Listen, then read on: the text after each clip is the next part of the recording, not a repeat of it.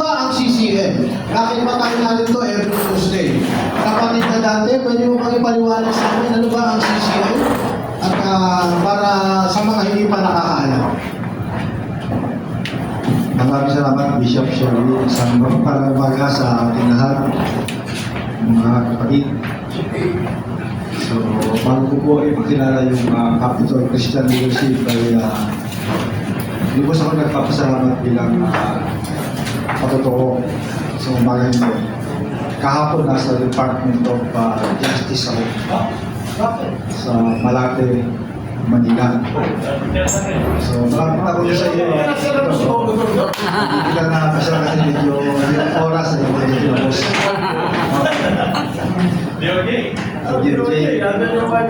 So, ang pinakamagandang nangyari doon sa lugar ng Department of Justice, ay bahagi natin yung pagmamahal ng Diyos doon sa mga tao.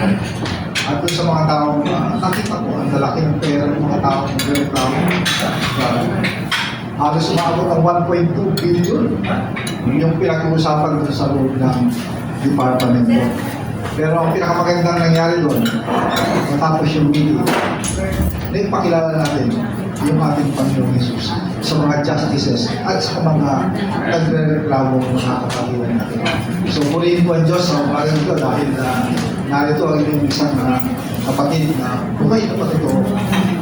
Sa biyaya at grasya ng Diyos ay hindi ko man sukat akalain na tayo dinadala sa mga leader sa ating lipunan. So, salamat sa prayer ng bawat isa. So, tayo po ay nagkatibol dahil sa pagmamahal ng Diyos dito sa Capitol Christian Leadership. Dahil makita po ng ating mga naunang nag-umpisa nito na Governor Leon Odi at saka si Gregorio Pinson, Dr. Gregorio Pinson, ay nagpapatuloy tayo hanggang sa kasalukuyan. At dito ang ating isang kapatid na buhay ng patotoo, walang sawang gumagawa ng kabuti si Tita Hilda Vilalencia. So nagpapatuloy pa rin siya hanggang meron siyang buhay na nai-enjoy kasama ng Diyos. So dito po ay meron tayong mission na siyempre ang mission natin siyempre ang ating Panginoon sa hindi tayong mag-values, makapalo yung love, leadership, obedience, at saka yung empowerment, at saka yung pagiging victorious natin bilang para magpalataya. So, pinaka-objective natin dito ay makipag-collaborate, makipag-fellowship sa mga leaders sa atin dito. Tulad na nangyari sa akin kahapon, nakipag-fellowship ako dun sa mga justices natin sa mga lugar ng Malate. So, isang karangalan po at galaw ito ng Diyos. Wala itong pagpamalaki sa akin. Sino pa tayo para makipag-fellowship sa mga pamumuno sa ating dito. At pangalawa, kailangan natin magsama-sama ng mga Praise the Lord. Okay, so tumayo muli tayo. Praise God. Let us invite the presence of the Holy Spirit. And I want you to lift up your hands, your holy hands. Because in 1 Timothy chapter 2, verse 8, it says, Pablo says, I urge you, brethren, wherever you are, when you pray, pray without grudge or without any doubt. Okay, so let us lift our holy hands. Father God, we thank you for this morning. Thank you, Lord, that you are so good to us. Thank you for all the great things that you have done in our lives. Thank you, Father God, for all the things that you have done in the lives of our family. Thank you for meeting all our needs in every area of our lives, oh God. Father, we offer to you this morning. Thank you that the Holy Spirit will continue to guide us, to instruct us, and to teach us whatever things that you want us to know. In Jesus Christ's name. Thank you. We bless your name. Amen. Okay, you may be seated. Praise God. So, ngayong umaga ay ang pong tatalakayin ang the manifold grace of God. So, pag sinabi natin manifold, ang ibig sabihin, there are various form ng grace ng Panginoon. Kasi, ang madalas lang natin alam na grace ng Panginoon is regarding sa salvation. Amen po ba? Okay, buksan po natin ang ating mga Biblia sa 1 Peter.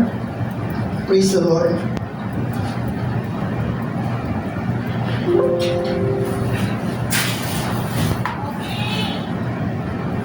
Praise God. Okay, sa 1 Peter chapter 4, verse 10. As each one has received a gift, so we receive a gift. And we know that grace is a gift from God. Amen? Hallelujah. Minister it to one another. So God is giving us the responsibility to minister that grace to one another. As a good steward of the manifold grace of God. So, ibig sabihin, malawak ang biyaya ng Panginoon na dapat natin malaman sa buhay natin. So, as a good steward of God, na tayong na-receive ng gift niya, yung gift of grace sa atin, kailangan we have to minister it to one another. Kaya itong grace na ito, hindi lamang sa salvation. We receive grace, okay, sa pamamagitan ng kaligtasan na binigay sa atin ng Panginoon. In Titus 2, verse 11 and 15, it says, "For the grace of God has appeared that offers salvation to all people." So, dumating ang biyaya ng Panginoon para ano? Para tayo ay magkaroon ng kaligtasan. Pero ang sabi pa rito, sa verse 12, it teaches us to say no to ungodliness and worldly passion. So grace is teaching us to say no to ungodliness and to worldly passion. And to live. Okay, grace will teach us to live self-control, upright, and godly life in this present age. Verse 13, while we wait for the blessed hope, the appearing of the glory of our great God and Savior, Jesus Christ. And verse 14, who gave himself to us to redeem us from all wickedness and to purify for himself a people that are his very own, eager to do what is good. Amen. Praise God. Alam ko na marami sa inyo ang gumagawa ng mabuti para sa mga kapatiran at sa mga tao. Amen.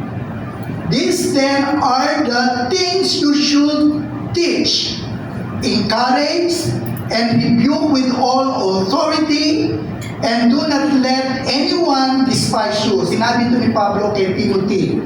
Okay? And God is speaking also to us now. Praise God. This is Titus.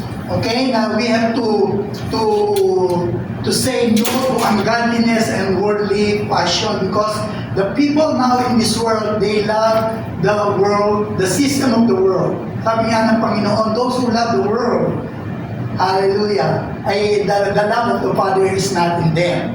So anong ibig sabihin ng loving the world? Loving the world system. Yung sistema ng mundo. Kung ano yung sistema ng mundo, at kung yun ang ating ginagawa, yun ang ayaw ng Panginoon na ating maranasan at ating huwag gagawin. At kaya sinabi pa rin sa pamamagitan ng biyaya ng Panginoon sa Hebrews 4:16, let us then approach God. Let us come boldly, okay, to the throne of grace, God's throne of grace, with confidence. And we are confident that we are coming to the throne of grace. Hallelujah. So that we may receive mercy and find grace to help us in time of need. Praise God. Let us therefore come boldly to the throne of God's grace. Amen? Hallelujah. At alam natin na ang God's grace, hallelujah, there are more grace, there are much grace, and there is a manifold grace. Amen. Hallelujah. At alam natin na yung word grace, it denotes God's unmerited love and favor towards human being. Amen. Praise God. So, hallelujah. So, manifold grace of God. Number one, okay, grace for salvation. Kay biyaya ng Diyos para sa ating kaligtasan. That is one grace ng Panginoon na dapat na-experience natin. yung tinatawag na saving grace. Hallelujah. Sabi sa Ephesians 2, verse 8 and 9, "For it is by grace you have been saved through faith, and this is not from ourselves. It is a gift of God, not by works, so that no one can boast." So kaya alam natin na yung biyaya ay kaloob ng Diyos sa pamamagitan ng pananampalataya. Ay alam mo, napakabuti ng Panginoon. Palagi siya ang nag-i-initiate ng mga bagay para sa ating kabutihan. We receive faith because when we hear the Word of God. And God is using people to preach the gospel so that we can hear the Word of God. So, siya yung mismo nag-i-initiate para tayo magkaroon ng pananampalataya. And we have the responsibility para yung faith na ito ay ma-establish sa buhay natin. Sabi sa Chronicle, 2 Chronicle, ang sabi doon, believe in the Lord and you will be established. You cannot be established if you don't believe the Lord. And believing the Lord is believing His Word. Amen? And you cannot believe the Word without meditating the Word. That's why we have to master our beliefs. We have to master our belief in the Word of God. So lahat ng ating pananampalataya must be based on the Word of God so that we can be established. And believe this prophet and you will prosper. You cannot believe the prophet if you are not established in the Word. Amen? Hallelujah! Malay mo yung mga propeta ay mga bulaang propeta. Okay, yun ang paniniwalaan mo pa. But if you establish your Word and you master your belief in the Word of God, nobody can deceive you. Hallelujah! Amen! Amen. So itong tinatawag natin na grace for salvation, ito ay natanggap natin biyaya. Kaya once that you are saved, you are now being justified. Justified ka na. Ibig sabihin, lininis ka ng Panginoon, pinatawad ka na niya. Hallelujah! We don't deserve. Dahil makasalanan tayo, but because of God's grace, okay, yung His unmerited favor, hallelujah, and His unmerited love for us, ay natanggap natin to. We have been justified sa ating mga nagawang mga kasalanan. And the number 2 is grace for sanctification. Hallelujah. We need to be sanctified. We need the grace of God for us to be sanctified. Hindi pwede na tayo ay hindi natin, sasabihin na natin, basta ako, once saved, always saved. Hallelujah. Maliwanag sinabi dito, we receive the grace of God. Hallelujah. That's why we are saved. But we have to also to say no to ungodliness. Kaya hindi pwede na you are saved and then you continue on doing the ungodly things. Hindi pwede yun kasi maliwanag sinabi ng Biblia, no! And you say no to ungodliness and worldly passion. That's why grace for sanctification, we need to sanctify ourselves. At ito ang tinatawag na sanctifying grace. Yung una, saving grace. Ngayon, sanctifying grace. And sanctification is a process. Sabihin nyo, sanctification is a process. So it's not an overnight. We know that we sanctify ourselves and God is helping us through by His grace. God is helping us to sanctify ourselves. Hindi pwede wala kang participation. Kaya nasabi doon sa Peter, di ba? We are partakers of the divine nature. Kapag sinabi partakers tayo ng divine nature, ang ibig sabihin, God is sharing His divine nature to us. Kaya hindi imposible na hindi tayo nagiging nagpapakabanal. Kasi mababaliwala yung sinabi ng Panginoon, partakers of the divine nature, if we are not participating, we are not nakikibahagi doon sa gusto ng Panginoon na tayo maging partakers niya. We are partakers of His love, we are partakers of His life, we are partakers of His grace, we are partakers of so many things na dapat alam natin para tayo ay nakakapamuhay ng kabanalan. Kaya yung grace for sanctification, God is helping us, hallelujah, to sanctify ourselves by His grace. Sabihin nyo, by His grace. By His grace. Amen. So, sanctification is gradual, but it is continuous. Amen. Hindi lang pag nasa church ka. Okay? Hindi lamang kapag ikaw ay nasa mga meeting na ganito.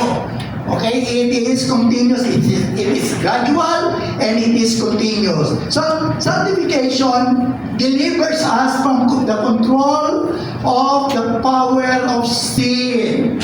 That's why when you decided to sanctify yourself, hallelujah, the power of sin has no longer, hallelujah, power over you. Amen po ba? Amen. Hallelujah. So, sanctification must be repeated as an ongoing process. Patuloy ito. Proseso yan eh. Hindi ka agad banal na ngayon, but you are going to holiness, to be holy. Because God said, be holy. Because you're God, I am your God, I am a holy God. So be holy. Yun ang sinasabi ng Panginoon. Hallelujah. At alam natin, sanctification is a work and miracle of a lifetime. Hallelujah. Basta tayo patuloy lang tayo sumusunod sa sinasabi ng Panginoon sa kanyang salita, proseso nga, kaya we are going to that. Hallelujah. And we will have a sanctified life. Amen. Hallelujah. At saka yung sanctification, it gives us the character of Christ. Amen. Hello, partakers. Hello. Hallelujah. Sabihin mo nga, I am partakers I am of the divine nature. of the divine. Amen. Hallelujah. So, ang ibig sabihin nun, hallelujah, this being a partakers of the divine nature, it gives us to sanctify ourselves to have the character of Christ. Yes. Hallelujah. Amen. Amen. Praise the Lord. Hallelujah. So ito yung tinatawag ito yung tinatawag na sanctifying grace, di ba? Hallelujah. At itong grace na ito ay nagbibigay sa atin para sabihin sa atin, we are dead to sin.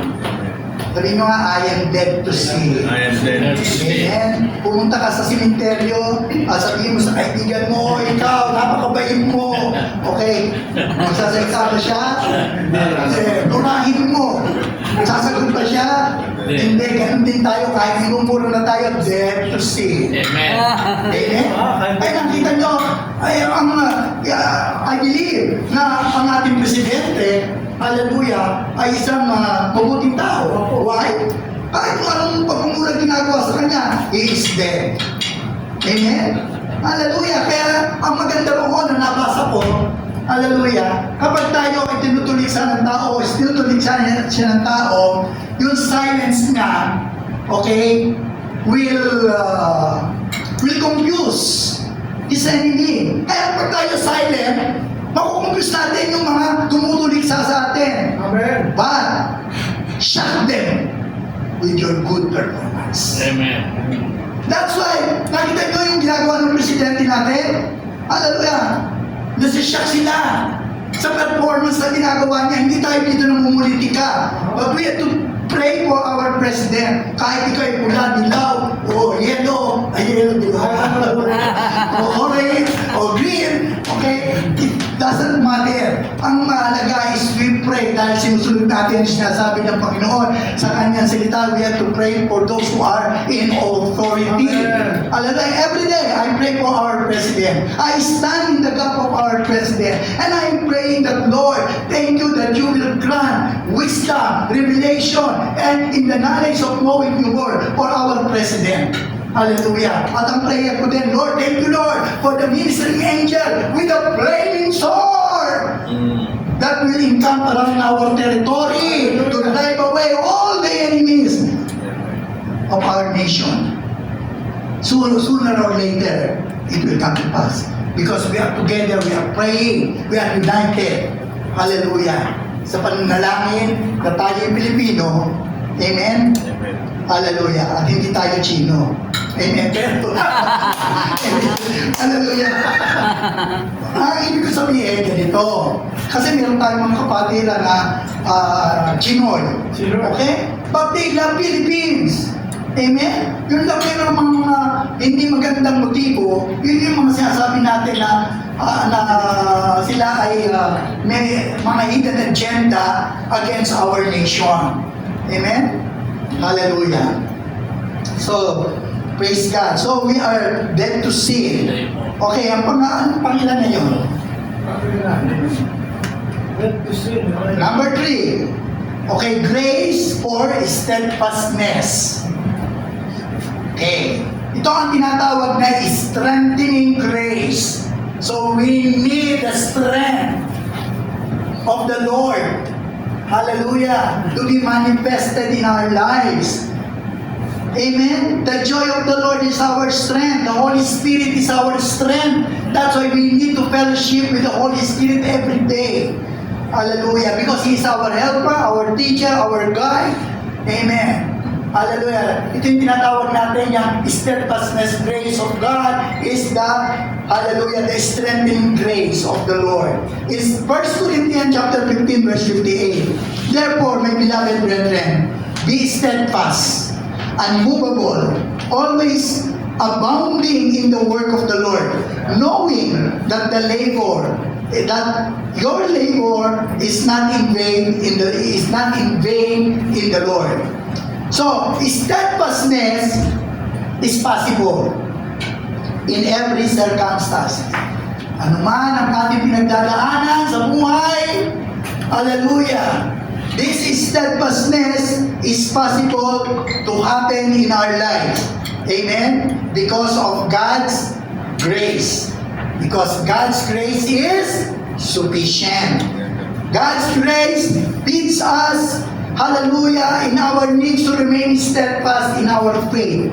Hallelujah. We need to be steadfast in our faith. And this steadfastness, we need the grace of God for us to remain firm. To have that firm decision, hallelujah, in our faith, believing the Lord that nothing is impossible with our God. Amen. Amen. Hallelujah. Praise God. So we have to embrace steadfastness because it can help us to become, number 1, more productive.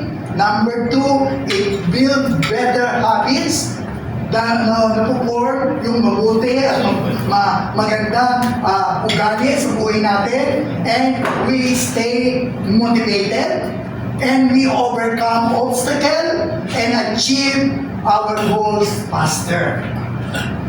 So that's why when we are steadfast by the grace of God, hallelujah, we will become motivated.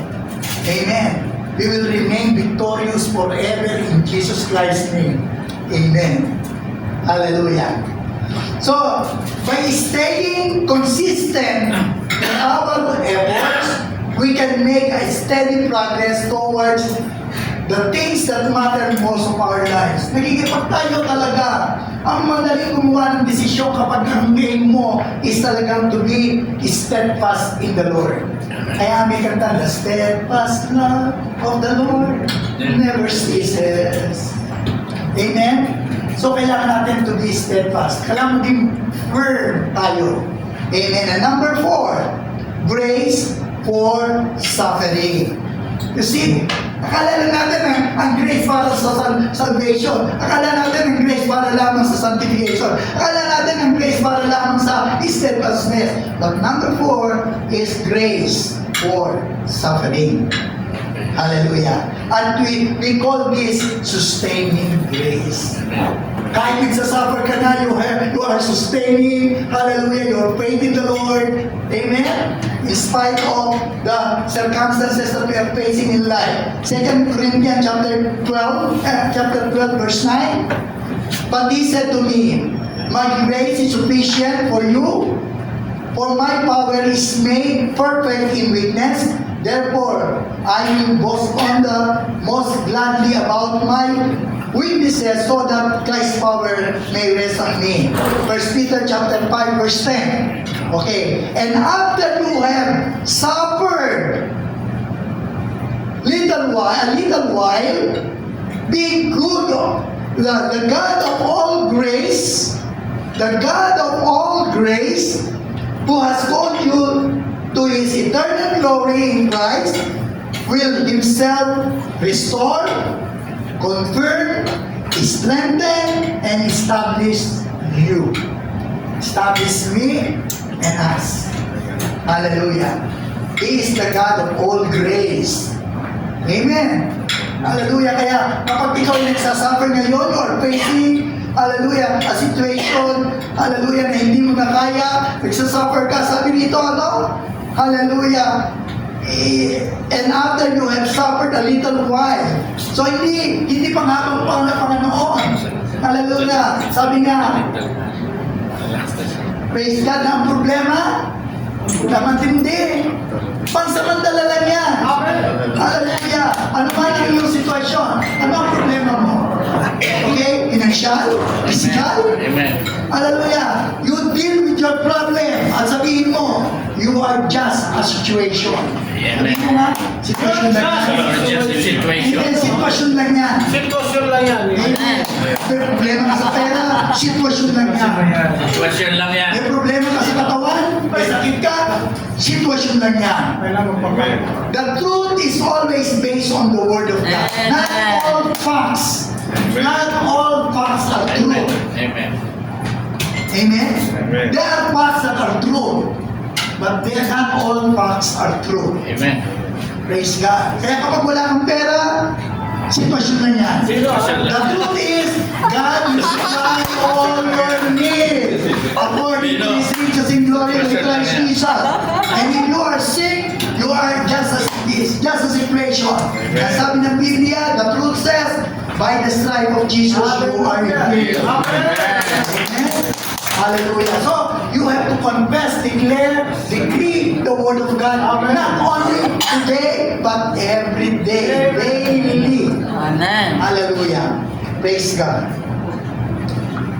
Amen. So, God is gracious toward us in suffering, and He works graciously in us while we are suffering from whatever. Amen. Number 5. Grace for service. Hallelujah. Sa paglilingkod natin sa Panginoon, meron biyaya. Hallelujah. Pero huwag kang tatamarin maglingkod sa Panginoon. Serve the Lord with gladness in your heart. Amen. Hallelujah. Opo. Serve the Lord with joy. Amen. Hallelujah. Iba naglilingkod ka kung dahil reklamo. Ang dahil complain. Tama. We have to serve God with gladness in our heart. Hallelujah. There is grace Amen. for service. Grace for service. Amen. Hallelujah. At tinatawag natin itong serving grace. Amen? Amen. So the grace of God is not earned by works, but it produces work done in His service. Hindi sa mabuting gawa tayo maliligtas. Hindi sa mabuting gawa na tayo ay nasasabi natin na tayo naglilingkod sa Panginoon. No. Tayo ay ligtas na, kaya tayo gumagawa ng mabuti. Amen? Dahil mahal natin ang Diyos, that's why we serve God. Amen. We love God, that's why we are doing good things to others. Amen. Kaya hindi natin pwede sabihin na, I love the Lord. Sabi ng Panginoon, why you said you love me, but you cannot love your brethren that you can see? You cannot see me? Then you said you love me? Hello? Hello? Hindi pwede. Pero sabihin natin, mahal natin yung Panginoon na hindi natin nakikita. Pero yung kapatid natin, yung mga tao na lumalapit sa atin, hindi natin mamahal. Hallelujah. Tinataboy natin siya, hindi mo alam, may angel pala yun. Amen. Amen. Hallelujah. Tapos kung lalagay ka pa sa business mo, no solicitation allowed. Hello? Si Lino kahit ganyan. 20 pesos. Hindi mo ikahihirap yan. Amen. Kapag may humingi sa iyo ng tulungan mo, pagkain, bigyan mo. Amen. Hallelujah. Kasi sabi ng Panginoon, when you lend to the poor, I will be the one to repay it. Hallelujah. Sobra ang papalik sa iyo ng Panginoon when you lend to the poor. Hallelujah. Kasi minsan wala kang pera, may nanghihirap sa iyo. Anong gagawin mo? Pray! Sabi mo, okay, let us pray. Kailangan ko din yan. Let's pray together. Hallelujah. Huwag mo basta tatanggihan. Hallelujah. Alam mo, naalala ko, nung kami, Sunday service, bigyan kami pumunta sa church. Naku, kuskusin. Namamalimos. Sabi ko, halika, pumasok ka. Okay? Pinakain namin. Pagkatapos, hindi pa nagsisimula service, ang pinakain namin. Tapos sabi ko, okay, umaten ka ngayon ha. Okay, sige, pumunta ka doon sa CR, maligo ka. Sabi ko sa kay Pastora, yung mga damit na pwede ibigay, tsaka tuwalya, shampoo, binigay yun, naligo. At yung naligo, aba, napakamo mo. Okay, umaten, nando sa harapan. Sabi ng Panginoon, huwag ka maging, walang favoritismo. Amen? Alam niyo yung palagi, kung sino lang yung mayaman nasa harapan. Ako mayaman, pero pag umupo ako sa harapan. Hallelujah. Praise the Lord. Amen, praise God. Sabi sa Philippians 2:13, Okay. for it is God who is at work in you, both to will and to work for His good pleasure. Gusto mo na manugod ang Panginoon? Sundin natin yung sinasabi niya. Amen. When we serve the Lord, serve Him with gladness. Amen. Walang complaint. Amen? Narito pa ba kayo? Amen. Praise God. And Romans chapter 1, verse 5 to 7. Through Him, we receive grace and apostleship to call the Gentiles to the obedience that comes from faith for His name's sake. Verse 6. And you also are among the Gentiles who are called to belong to Jesus Christ. Verse 7. For all in Rome who are loved by God and called to be His holy people. So maliwanag. Hallelujah. Itong grace for service. Tinawag ka ng Panginoon. Oh. Kaya nga alam mo kung ano yung pagkatawag sa iyo ng Panginoon. Don't refuse. Alam niyo maganda yung kanta ni James Swagger. Kapag umaga ay pinaawit ko to yung kanta, oh Lord, don't refuse me. Okay? Hallelujah. Na use me. Lord, use me and don't refuse me. God will not refuse you to serve Him. Amen. But you have to know your calling. Amen. Kasi baka gusto mong magpastor, hindi ka naman pala pastor.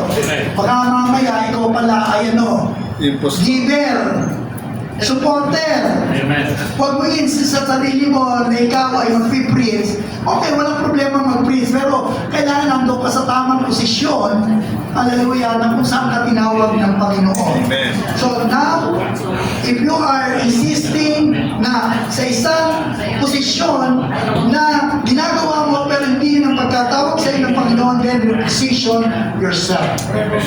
Reposition yourself. Sabi mo, Lord, thank you for ministering unto me. What do you want me to do Amen. for your glory? Amen.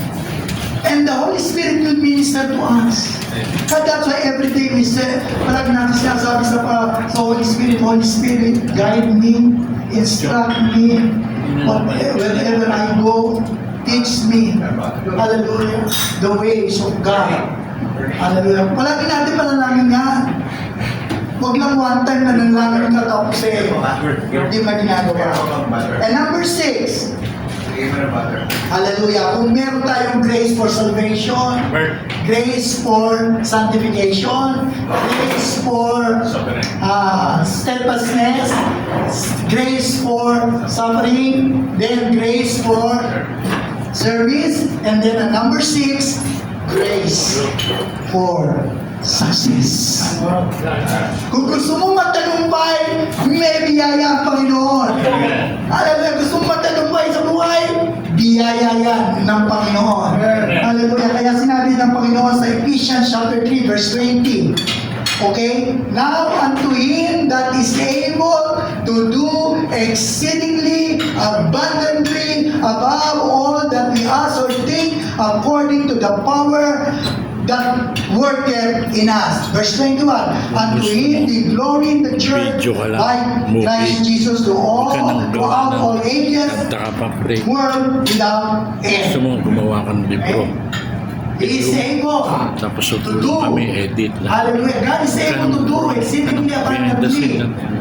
That power is worketh in Alam mo siya, us. That is grace. Tanong ko yan. Grace for success. At ang sabi pa sa Deuteronomy chapter 8 verse 18, but thou shalt remember the Lord thy God, for it is He that giveth thee power to get wealth, that He may establish His covenant which He sware unto thy father, as is this day. Amen. Amen. Grace for success. Amen. Thank you, Lord. Hallelujah. That we will always succeed in life. Amen. Because by your grace, hallelujah, thank you, Lord, we will be Amen. successful Amen. in whatever endeavor that God has called you. Amen. Ano man ginagawa natin, there will always grace for success. Amen. And natatanda natin, that's why we must always remember, without meditating, without, hallelujah, declaring the grace, the manifold grace of God, hallelujah, baka palagi na lang kaligtasan. Hindi natin alam, kung ikaw ay naghihirap, meron palang grace sa iyong kalagayan na nagsasuffer ka. Amen. Hallelujah, God will strengthen us. Correct. Hallelujah. Doon sa grace, praise God for success, it is a sharing grace. Pag tinatagumpay ka ng Panginoon, you share. Amen. Hindi pwede, ikaw lang. Tama. At ikaw naman nakakakita na nagtatagumpay ng tao, huwag mo sisiraan. Ang sasabihin mo, ako na ang susunod. Amen. Amen? I will be the next. Kung si pastor ay nagsasucceed, okay, I'm next. Amen. Amen. That is a sharing grace. Anak. Amen. Praise God. Okay, ang panguli. Sherwin, I'm the next. Ito pa, sabi sa 2 Corinthians 8:9. For you know the grace of our Lord Jesus Christ, that thought He is rich, yet for your sake He became poor, so that you, through His poverty, might become rich. Amen. We are rich through His poverty, and that's by grace. Nakita nyo, sa biyaya ng Panginoon, mayaman siya, naging mahirap siya, para sa pamagitan ng kanyang kahirapan, tayo ay maging mayaman. Hallelujah. Hindi lang mayaman sa pera, mayaman sa lahat. Sa gawa, sa salita, at sa, sa isip. Sa gana, sa kaisipan, na puno-puno ng salita ng Panginoon. Because the battleground is always in the mind. Amen. Praise God. Kaya kapag ang iniisip mo ay mga negatibo, it will torture you. Amen. That's why you have to think about the Word of God. The Word of God. Hallelujah. Kailangan sa isipan natin, i-meditate natin yan hanggang mag-sink in siya sa heart natin. Amen. Hallelujah. Kaya yung proseso, hallelujah, ang buhay natin para lalo tayo maging yung karakter ng Panginoon Kristo makita sa atin, it's a process. Hallelujah. Amen po ba? Kaya sabi mo, Lord, teach me how to love. Then, there will be a situation that the people coming to you are unlovable. But you are telling you are asking God, Lord, teach me how to love. Then God will send a lovable person for you to love that person. Amen? Hallelujah. Kaya, and then number 7 and last, it's a grace for soaring higher. Amen. Grace for soaring higher. Amen. Praise God. Hallelujah. At ito ang tinatawag natin significant grace.